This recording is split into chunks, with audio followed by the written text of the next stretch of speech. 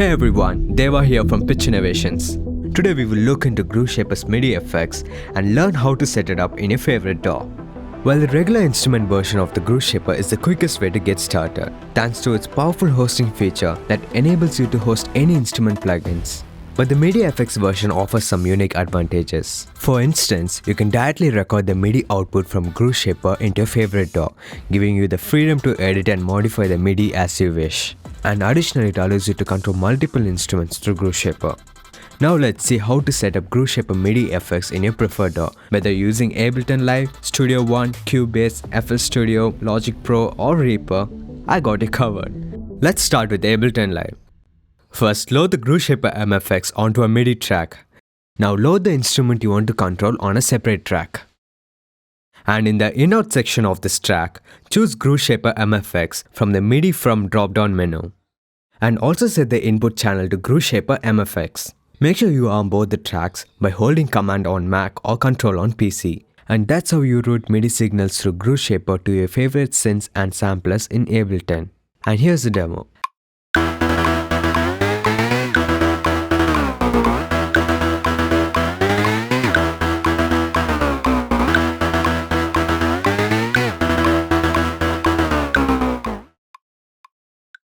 Moving on to Cubase, first load the Groove Shaper VST3 version onto an instrument track. Note that for Cubase users, it's not necessary to use the MFX version. And then load the instrument you wish to control on a second track. Now let's route the MIDI out of Groove Shaper to the instrument by changing the MIDI input of the second track to Groove Shaper. Next, arm the Groove Shaper track to receive MIDI from your controller and turn on monitoring for the control track. Now open Groove Shaper and on the host, click No Sound. And here you go.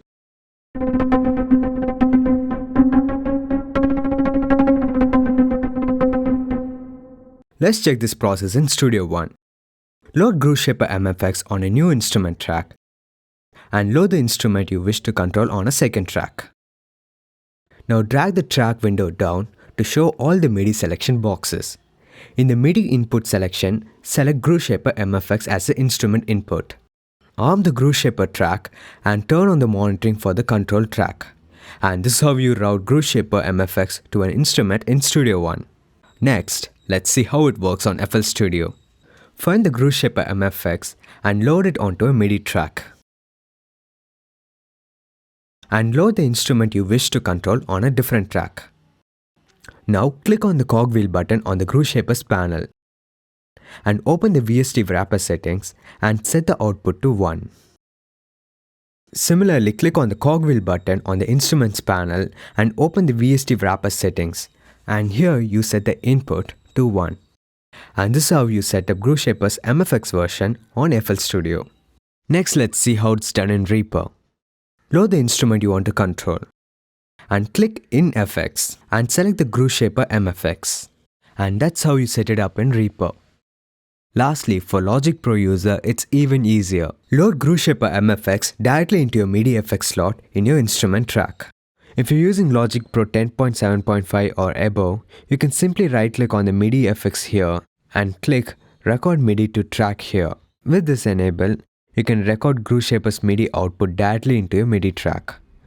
Now you know how to use Groove Shaper as MIDI FX in your preferred DAW, experiment with different plugins and find the perfect groove for your music. Thanks for watching and stay tuned for more tutorials from Pitch Innovations.